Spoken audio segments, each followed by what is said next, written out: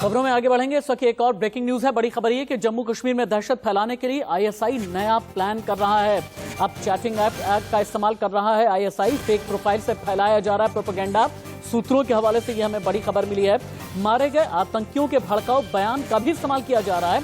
कश्मीरी युवाओं को कट्टरपंथी बनाने का षड्यंत्र कर रहा है ISI. Facebook, Twitter, Instagram, Telegram के जरिए ये साजिश की जा रही है। कश्मीर साइबर वॉरियर्स, अल सिंध मीडिया जैसे कई चैट ग्रुप सक्रिय हैं। पीओके के मुजफ्फराबाद से यह सब कुछ संचालित किया जा रहा है। मेरे सीनियर कोलीग राकेश कुमार सिंह इस वक्त लाइव जुड़े हुए हैं। राकेश, अब आईएसआई अपनी दहशत फैलाने के लिए ये जो चैट ऐप का इस्तेमाल कर रही है, अभी तक ये चैट ऐप का खतरा कहां पर बढ़ा हुआ है? क्या जितने बॉर्डर एरियाज हैं वहीं पर, या फिर और भी जो मेट्रोपॉलिटन सिटीज हैं वहां पर भी? देखिए राशिद, रॉ ने एक रिपोर्ट केंद्र सरकार को सौंपी है, जिसकी लिखकर सबसे महत्वपूर्ण बात यह है कि घाटी में जिस तरह से एक एक कर आतंकियों का खात्मा किया जा रहा है, उसे आईएसआई बौखलाहट में है। और इसीलिए साइबर टेरर फैलाने के लिए आईएसआई ने एक खौफनाक प्लान रचा है, जिसमें क्लाउड और दूसरे चैट नेटवर्क का सहारा लेकर United Front of Jammu and Kashmir और armed forces front of Jammu and Kashmir आतंक के इस नई तरीके के अंजाम देने में लगे हुए हैं। अधिकतर ऐसे सोशल मीडिया हैंडल पाकिस्तान से ऑपरेट किए जा रहे हैं राशिद। इनका लिंक पाकिस्तानी खुफिया एजेंसी आईएसआई है और पाकिस्तान अधिकृत कश्मीर के मुजफ्फराबाद से संचालित किया जा रहा है, जो कि आईएसआई ने आईटी प्रोफेशनल को इसके लिए तैनात कर रखा है। हालांकि भारत के दो बड़े दुश्मन, एक है पाकिस्तान, एक है चीन। पाकिस्तान का षड्यंत्र क्या है, ये तो हमने आपको खबर दिखाई, राकेश कुमार सिंह ने बताया। चीन को भी लेकर के हमारे पास में एक बड़ी खबर है। दक्षिण चीन सागर में चीन की नई साजिश का खुलासा हुआ है। तेजी से मानव निर्मित द्वीप बना रहा है चीन। सैटेलाइट इमेज से चीन की साजिश का यह खुलासा हुआ है। गुपचुप तरीके से अपना एक्सपेंशन करने में चीन की सेना जुटी है।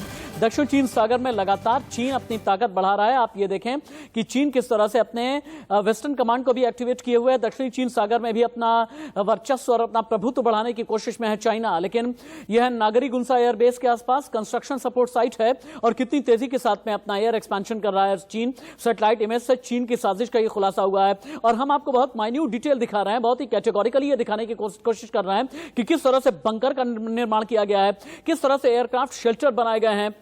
हाई सिक्योरिटी फैसिलिटी इस तरह की रखी गई है कि अगर चीन की जो पीपल लिबरेशन आर्मी है, यानी जो पीएलए है, आगे उसे बढ़ने के लिए, उसे मोमेंटम देने के लिए अगर कोई भी लॉजिस्टिक सपोर्ट की जरूरत होती है, तो जो भी एलएसी से लगा हुआ जो बॉर्डर लाइन एरिया है, वहां पर चीन एक्टिवेट हो गया है। और चीन एक बार फिर से हिमाकत न दिखा दे, ये सैटेलाइट इमेज कुछ ऐसा ही बता रही हैं।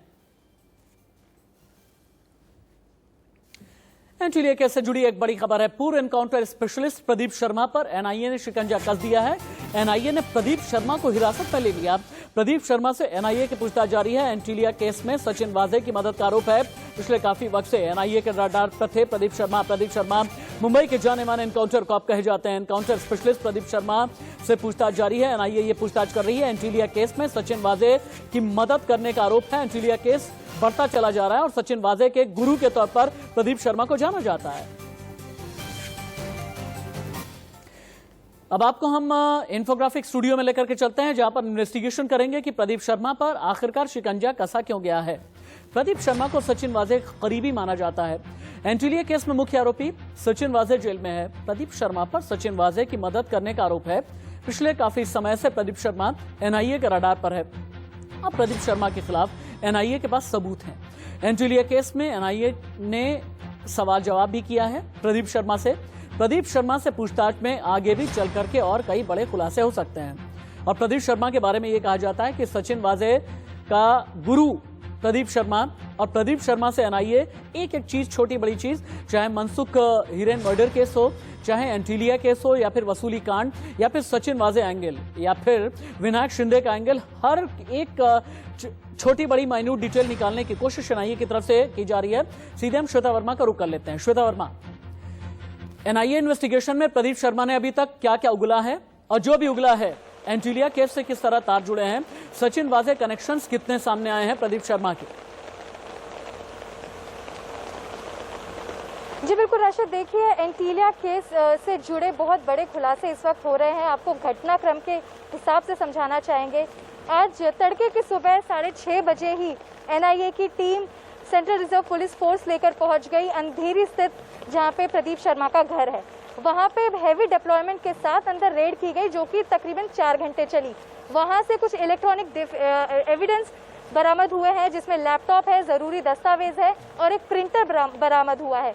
अब ये जानना है कि प्रदीप शर्मा इन सारे जो दस्तावेज मिले हैं, एविडेंस मिले हैं, उन पर अपने मुंह खोलते हैं या नहीं खोलते हैं। फिलहाल राशिद, हम इस वक्त मौजूद हैं एनआईए के दफ्तर के पास और आप देख सकते हैं यहाँ पर लगातार मीडिया कवरेज जारी है, क्योंकि जैसे ही यहाँ पर पता चला कि हाउस रेड के बाद इतने सारे एविडेंस कलेक्ट होकर इस दफ्तर में आए हैं।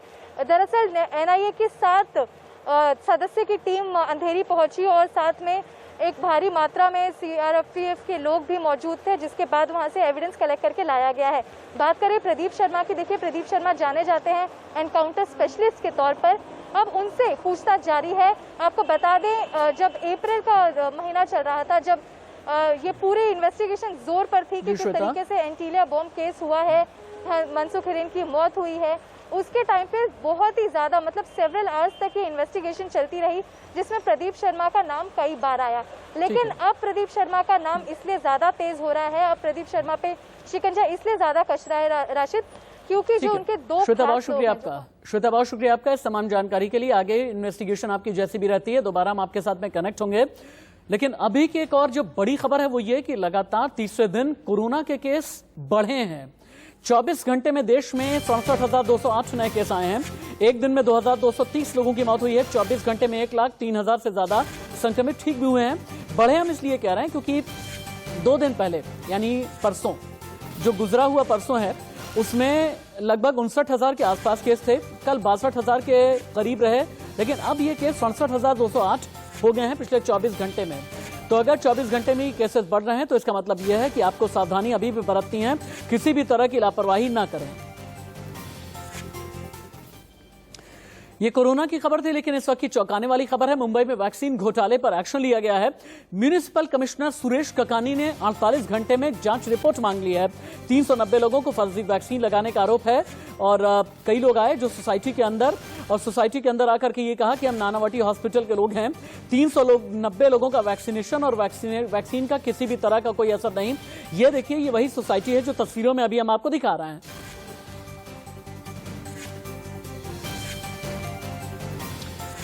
अब आपको हम दिखाते हैं 4 अलग अलग तस्वीरें जहां पर 390 लोगों का वैक्सीनेशन किया गया। मुंबई में वैक्सीनेशन का कोई असर नहीं हुआ। बीएमसी ने जांच के आदेश दिए हैं।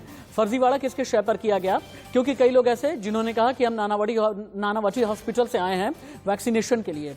पता ये चला कि वैक्सीन असली थी नहीं। वैक्सीन के नाम पर क्या दिया गया, इसकी जांच की जा रही है बीएमसी की तरफ से। जो लोग आए थे, सीसीटीवी फुटेज के जरिए उनका भी पता करने की कोशिश की जा रही है। लेकिन इंडिया न्यूज के कुछ बुनियादी सवाल हैं। सवाल नंबर 1, किसने मुंबई में वैक्सीन घोटाला किया? क्यों सोसाइटी में किसी को वैक्सीन का असर नहीं हुआ? कैसे अलग अलग वैक्सीनेशन सेंटर के सर्टिफिकेट दिए गए? बिना रजिस्ट्रेशन आखिरकार कैसे लगी वैक्सीन? और सबसे बड़ा सवाल यह है कि जो भी सोसाइटी है उसके एसोसिएशन वालों को जानकारी क्यों नहीं थी? मुंबई में वैक्सीन पर फर्जीवाड़ा, ये फर्जीवाड़े के अंदर की खबर क्या है, अब आप ये जानें। हीरानंदानी हेरिटेज में 30 मई को कैंप लगा।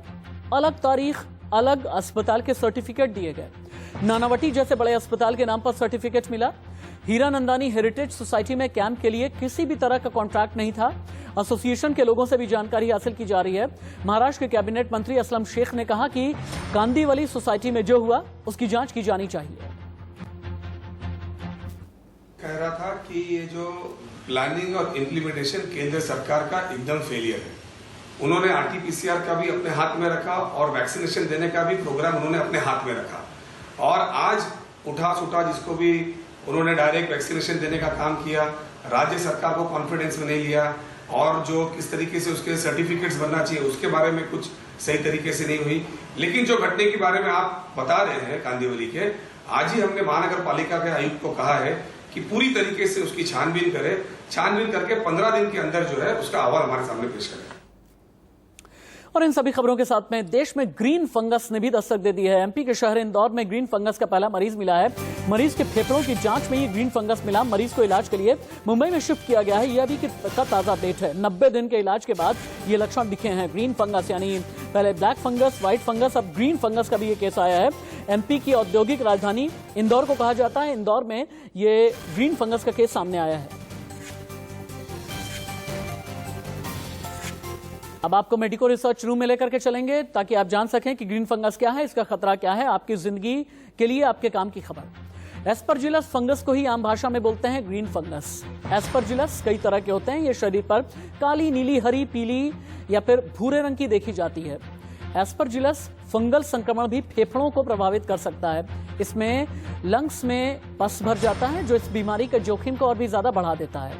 और वहीं ग्रीन फंगस फेफड़ों को काफी तेजी के साथ में इन्फेक्ट करता है, यानी फेफड़े बहुत तेजी के साथ में संक्रमित होने लगते हैं। लेकिन ग्रीन फंगस के लक्षण क्या हैं आपके लिए जानना ये भी बहुत जरूरी है। घरघराहट, यानी जो आवाज में जो घरघराहट होती है ना, सांस लेने में कठिनाई होने लगती है। बुखार के भी कई केसेस हैं, सीने में दर्द होता है, खांसी के साथ खून आने की भी शिकायत ग्रीन फंगस के केसेस में मिली है। लेकिन एक तरफ तो ग्रीन फंगस की बात है, कोरोना पर काबू पाने की बात है, लेकिन कोरोना वैक्सीन को लेकर के कितने सवाल उठ रहे हैं या कोरोना वैक्सीन पर कितनी सियासत की जा रही है, आगे हम खबर इसकी भी आपको दिखाते हैं। कोरोना वैक्सीन पर सवाल है और सियासी बवाल जम करके मचा हुआ है। कोरोना वैक्सीन के नाम पर गाय बछड़ा किया जा रहा है। कहा यह जा रहा है कि कांग्रेस के एक नेता की तरफ से यह कहा गया कि बछड़े के सीरम का इस्तेमाल वैक्सीन बनाने में किया जाता है, लेकिन फिर बीजेपी ने यह कह दिया ये तो भ्रम का तड़का है। किसने लगाया है ये भ्रम का तड़का? वैक्सीन पर सच क्या है, भ्रम क्या है? कांग्रेस ने क्या कहा ये आप देखें। कोवैक्सीन में नवजात बछड़े का सीरम है, ये कांग्रेस का कहना था, लेकिन सरकार ने कहा अंतिम रूप से बने टीके में बछड़े का किसी भी तरह से सीरम नहीं है। कांग्रेस ने आरोप लगाया सिर्फ वेरो कोशिकाओं के विकास के लिए बछड़े के सीरम का इस्तेमाल किया जाता है। बीजेपी ने कहा तकनीक का इस्तेमाल पोलियो, रेबीज, इन्फ्लुएंजा टीकों में कई दशकों से रहा है, कई सालों से रहा है, आप इस तरह का भ्रम न फैलाएं। कांग्रेस की तरफ से आरोप लगाया गया कि वेरो सेल्स विकसित होने के बाद पानी और रसायन से सफाई की जाती है। बीजेपी ने कहा कई बार सफाई के बाद बछड़े के सीरम से पूरी तरह से वैक्सीन मुक्त हो जाती है और इसीलिए किसी भी तरह की जहालत की बात आप ना करें। अब यहां पर आपको ये हम बताते हैं वैक्सीन बनती कैसे, ये बछड़े वाला चक्कर क्या है। वैक्सीन कोरोना वायरस के डेड सेल से बनती है। गाय के बछड़े का सीरम वेरो सेल्स को विकसित करने के लिए इस्तेमाल होता है। विकसित वेरो सेल्स को पानी और केमिकल से साफ करते हैं। सफाई से सीरम का सारा अंश खत्म हो जाता है और इसके बाद वेरो सेल्स को कोरोना वायरस से संक्रमित कराया जाता है। आसान भाषा में समझें तो कोरोना वायरस को इन सेल से मिला दिया जाता है। वायरस अपनी कॉपी बनाता है, वेरो सेल पूरी तरह नष्ट हो जाते हैं और इसी चरण के बाद, आखिरी चरण के बाद सिर्फ वायरस बचता है जो डेड हो जाता है और इसी डेड वायरस से वैक्सीन का निर्माण किया जाता है, वैक्सीन का प्रोडक्शन किया जाता है। और यही एक वजह है कि हम आपसे ये कहना चाहते हैं न भ्रम फैलाएं, न भ्रम के चक्कर में पड़ें और किसी भी तरह के झूठे दावों पर यकीन न करें, क्योंकि हम साइंटिफिक रिसर्च आप तक हम पहुंचाते हैं। आगे बढ़ते हैं। हम आगे बढ़ते हुए आपको ये तो हम दिखाएंगे कि मानसून की दस्तक कहां पर है, दिल्ली यूपी का अपडेट भी देंगे, लेकिन अभी की एक और बड़ी खबर है। बड़ी खबर रेस्क्यू ऑपरेशन की, और रेस्क्यू ऑपरेशन को लेकर के जो ताजा अपडेट है ये आप देखें कि लहरों में किस तरह से जान फंसी और देवदूत कैसे बने कोस्ट गार्ड। 2 हेलीकॉप्टर के जरिए 16 क्रू मेंबर का रेस्क्यू किया गया है, जो अभी की तस्वीरें आप देख पा रहे हैं।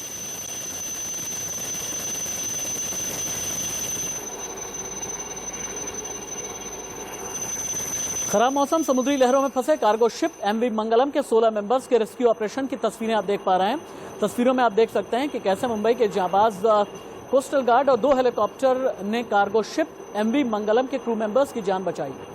बताया जा रहा है कि सुबह 8 बजे करीब शिप से मुसीबत में होने की खबर आई थी, जिसके बाद यह पूरा रेस्क्यू ऑपरेशन चलाया गया।